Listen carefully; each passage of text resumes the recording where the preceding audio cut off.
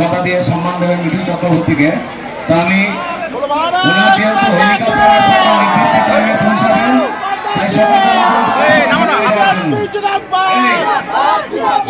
ছেলেদের অনুরোধ করবো 5 মিনিটে নেমে যাবেন।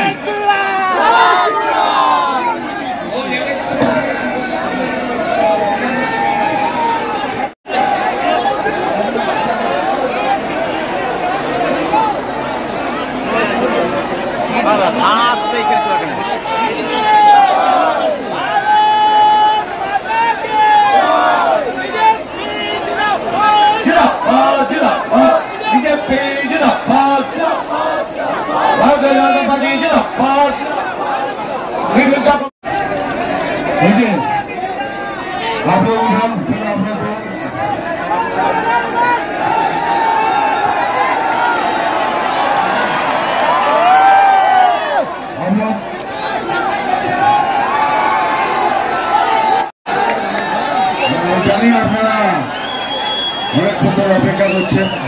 এই তো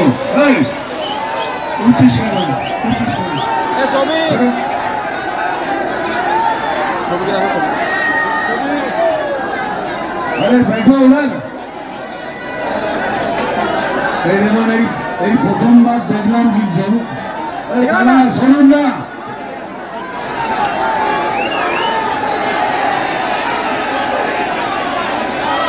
হ্যাঁ এটা তো মজার জিনিস দেখলাম এখানে এসে।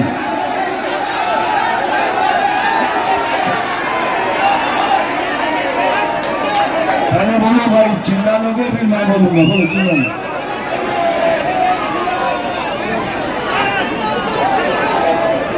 আপনি চশমা কিউ খুলুন না, চশমা বাবা খুলবো না, বলনা বলবো আমি খুলবো না চশমা। ফুল বেরোবে না, আমার চোখ ফুলিয়ে দিয়েছে। যেটা বলতে চাইছিলাম, এই প্রথমবার দেখলাম কোথাও ছেলেরা বসে মেয়েরা সব দাঁড়িয়ে গেছে। ছেলেরা এত ভদ্র হয়ে গেছে যেটা দেখাচ্ছে না, আমরা বসেও দেখতে পারি, কিন্তু সবাই সব দাঁড়িয়ে গেছে। এটা দুঃখের বিষয় নয়, এটা সাহসের বিষয়। তোমরা সাহস দেখিয়েছো, এই জন্য তোমাদের জোরে রাখতে। এবার আমার কাজ করি, এখানে সবার হাতে মোবাইল আছে, মোবাইল থাকা মানে হলো কিছু তো করবে মোবাইল পয়সা। বিজেপিকে ভোট করুন, আমরা প্রমিস করছি কি আমরা আপনাদের একটা সুন্দর বাংলা প্রদান করবো, এটাই মোদি গ্যারান্টি। দেখুন অনেক কিছু দিচ্ছে, 1000 টাকা দিচ্ছে, সবুজ সাথী, সবুজ সাথী, নবাব সাথী, নবাব সাথী, হুট সাথী, হাট সাথী, হুট সাথী, কত কিছু দিচ্ছে। এগুলো সব আপনাদের, ঘুরিয়ে নাক দেখাচ্ছে এই না আরাম করে, সব আপনাদের। সব নিন, নিয়ে বিজেপিকে ভোট করে দিন, সব নিন, সবুজ সাথী নিন, পয়সা নিন, সব নিয়ে নিন, নিয়ে বিজেপিকে ভোট করুন। কারণ বিজেপিটি একমাত্র পার্টি যে পশ্চিমবাংলাকে অন্য জায়গায় নিয়ে যাবে। আর আমার এখানে যারা মুসলমান ভাই বোন আছে তাদের বলি সালাম আলাইকুম। একে আবার শুনুন, এই সিএ নিয়ে সব দিক থেকে অপপ্রচার হচ্ছে, এতে কান দেবেন না, বিশ্বাস করবেন না। কারণ সিএ নাগরিকত্ব নেওয়ার আইন নয়, নাগরিকত্ব দেওয়ার আইন। যারা নাগরিক নয় তাদের নাগরিক করার আইন।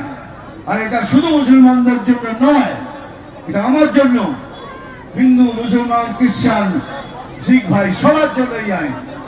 আপনাদের খালি মিথ্যে প্রচার করে ভয় দেখিয়ে আপনাদের এক জায়গায় করছে, এটাই তো কাজ। আপনাদের ভয় দেখাবে, ভয় দেখে আপনি ভোট করবেন, ভোট শেষ, আপনাদেরও খেলা শেষ।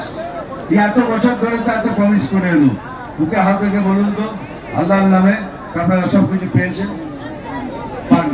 পাবেনও না, আগের দিনও পাবেন না। যা বলছে সব ওই ভোটের আগে, ভোট শেষ, খেলা শেষ। কেন এদের করাপশন হলো এদের ভোট ব্যাংক। দয়া করে আমার কথা বিশ্বাস করুন, এসিএ আপনাদের নাগরিকত্ব কেড়ে নেবার নয়। আর যদি আমার কথা ভুল হয় তাহলে এই মাঠ হইল, আপনারা সবাই মিলে এসে থুতু ফেলবেন, আমি সেই থুতু চাটব। একেবারে কথা বলি।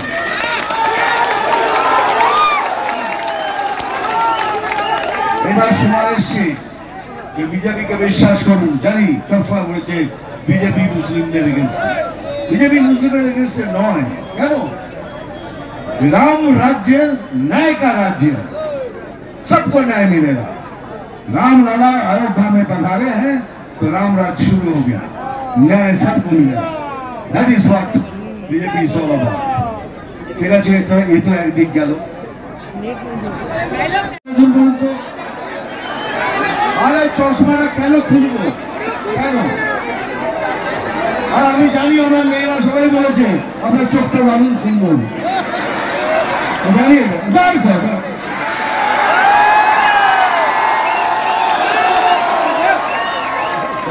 আমার চোখটা সুন্দর তো আমাদের কি বলছি আস্তে আস্তে একটা দিদি এখনো কি দেখতে পারি।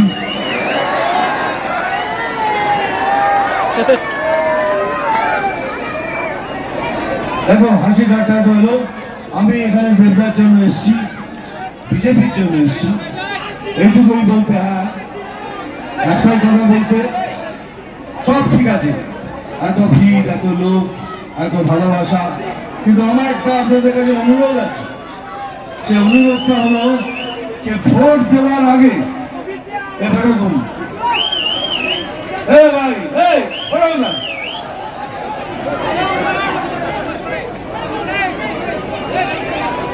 ভোট দেওয়ার আগে 5 मिनट सोचिएगा। मैं हिंदी में बोलूँ कि बंगाली में बोलूँ? ভোট দেওয়ার আগে 5 মিনিট ভাববেন। আমি আপনাদের কিছু প্রশ্ন করছি, তার জবাব দিন। বিজেপি পার্টি এমনি কাউকে ক্যান্ডিডেট করে না, ওদের একটা প্রসেস আছে আমাদের। আমরা সেই প্রসেস দিয়ে দেখি, সেটা পাস করার পর তাকে আমরা ক্যান্ডিডেট করি। সেই প্রসেসটা আগে বলুন যে বিজেপি পার্টি কি দুর্নীতিগ্রস্ত পার্টি?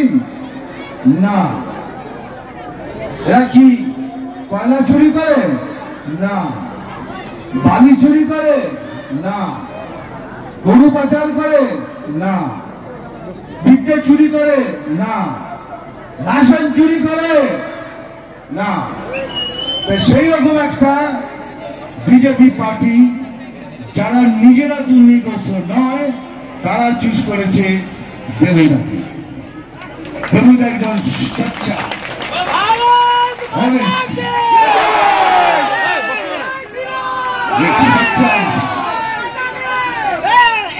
এইরকম একটা লোককে চুজ করেছেন, ক্যান্ডিডেট করেছেন আমাদের বিজেপি পার্টি। আর ঠিক তার অপোজিটে একটা পার্টি আছে। আপনারা বলুন সেই পার্টি দুর্নীতিগ্রস্ত পার্টি কিনা? হ্যাঁ। কয়লা চুরি করে? হ্যাঁ। বাড়ি চুরি করে? হ্যাঁ। গরু পাচার করে? হ্যাঁ। পড়ালেখা চুরি করে? হ্যাঁ। রেশন চুরি করে? হ্যাঁ।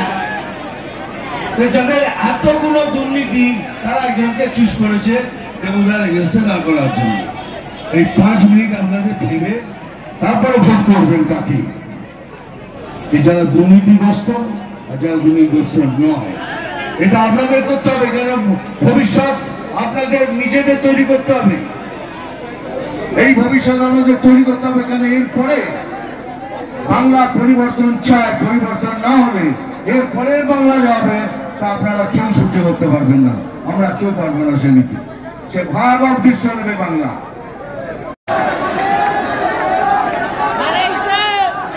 আরে ডায়লগ ধর্ম দাঁড়ায়। আরে একবার লাস্ট টাইম ডায়লগ বলেছিলাম যে সুমন মালার ডায়লগটা, তো আমার নামে কেস করে দিয়েছিল। হ্যাঁ, এরা কেস করেছিল বলে এটা বলাতে নাকি হিংসা বাড়ছে। যারা হিংসা করে তারা বলতে হয় এই ডায়লগে হিংসা বাড়ছে। যাই হোক, সেই জন্য বলছি ডায়লগ তো আমি বলবোই, কিন্তু আমি ঘুরিয়ে পেঁচিয়ে বলবো। আমি জল ঘোড়াও নই, বেলে ঘোড়াও নই, আমি জল ধরাও নই, ঢেলে ধরাও নই, আমি এমন একটা সাপ, সে গর্ত থেকে ছোট ছোট ইঁদুর বার করব।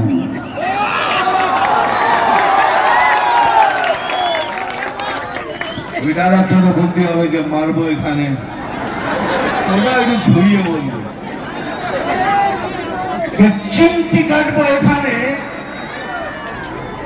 আর লাল পিঁপড়ে জ্বলন হবে এখানে, সেখানে সেখানে।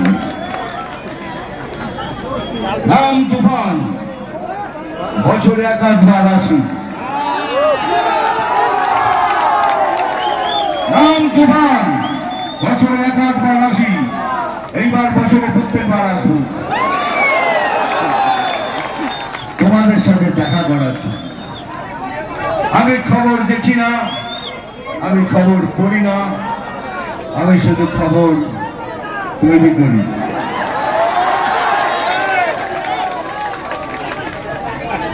ভালো থাকবেন, বিজেপিকে ভোট করুন, বিজেপিকে ভোট করুন, আবার আমি আসবো। আমার একটুখানি প্রবলেম আছে, 5টার মধ্যে যদি হেলিকপ্টার না ওড়ে তাহলে আমাকে এখানে থেকে যেতে হবে। তাই ভাবছি ভোটে জিতে আসুন, তারপরে আমি এখানে থাকবো, সেটা বেটার, তাই না?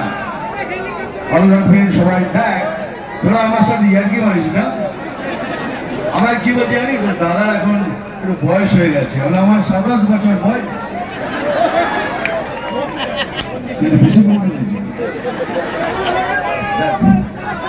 এটা তার প্রমাণ হলো, এটা কত মহিলা এখানে এসছে আমাকে দেখা যায়, এইখানে যারা বয়স হয়ে গেছে তাদের জন্য হবে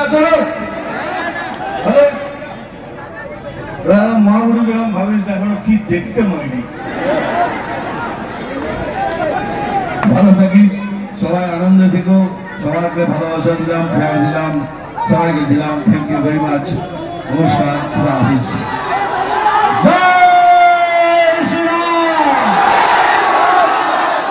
একটুখানি কম মনে হল, একটুখানি কম, আরেকবার জয় Shriram. Thank you very much, thank you.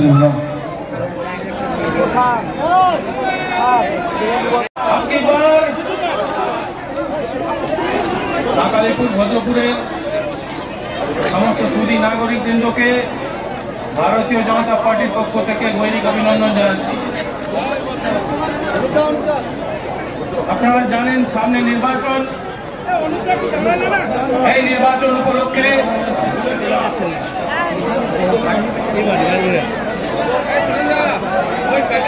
আমার বক্তব্য শোনার জন্য আপনারা আসেননি, সেজন্য অতি সংক্ষিপ্ত একটা বিষয় আপনাদের সামনে রাখতে চাই। সেই বিষয় হচ্ছে এই বীরভূম জেলা শক্তির ক্ষেত্র, শক্তির ভূমি, এখানে শক্তির উপাসনা হয়েছে। 5টি সতীপীঠ, শক্তির পীঠ এই ভূমিতে অবস্থিত। কিন্তু আমরা দীর্ঘদিন ধরে দেখতে পাচ্ছি এই ভূমির উপরে সনাতনীদের দাপট, দখল ক্রমশ কমছে। সেই জায়গা থেকে আমাদের সামনে সুযোগ এসছে যে আবার নিজেদের শক্তির উপাসনার ক্ষেত্রকে শক্তি প্রয়োগের মাধ্যমে নিজেদের গণতান্ত্রিক শক্তি, গণতান্ত্রিক ক্ষমতা সেটা প্রয়োগের মাধ্যমে আবার আমাদের শক্তির কেন্দ্রকে জাগ্রত করবেন। এই সুযোগ আপনাদের সবার সামনে এসেছে। আমাদের এখানে যিনি সাংসদ আছেন, উনি ভোটে জিতেছেন, জেতার পর বীরভূমে খুব কম এসেছেন এবং তার জন্য তৃণমূলের কর্মীদের মধ্যেই যে বিক্ষোভ, সেই বিক্ষোভ আমরা বিভিন্ন জায়গায় দেখতে পাচ্ছি। আজকে উনি জেতার পরে বীরভূমবাসীর উন্নয়ন, বীরভূমবাসীকে সেবা করার পরিবর্তে উনি বীরভূমের বিভিন্ন এলাকাকে বিভিন্ন দুষ্কৃতী সন্ত্রাসীদের হাতে লিজ দিয়ে চলে গিয়েছেন। আপনারা জানেন সামনে নলহাটি, সেই নলহাটিতে পাইকপাড়ার মনোয়ার মন্ডল, খালাসি পাড়ার জনৈক রবিউল, এইরকম কয়েকজন দুষ্কৃতীর হাতে উনি নলহাটিকে লিজ দিয়ে গিয়েছেন।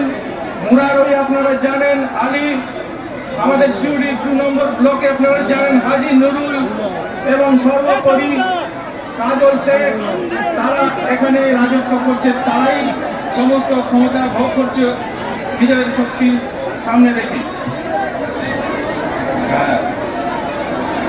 এবারে আপনাদের সামনে সুযোগ এসেছে, আপনাদের সামনে বেছে নিতে হবে। এই ধরনের সন্ত্রাসীদের যে বুলডোজার চলছে আপনাদের উপরে, তার থেকে যদি রেহাই পেতে হয় তাহলে তৃণমূলের এই সাংসদ তাকে ভোট না দিয়ে বিপুল ভোটে পরাজিত করে ভারতীয় জনতা পার্টির প্রতিনিধিকে এখান থেকে নির্বাচিত করে সংসদে পাঠাবেন। এবং এই অনুরোধ আপনাদের সামনে করে আমি আমার বক্তব্য শেষ করছি।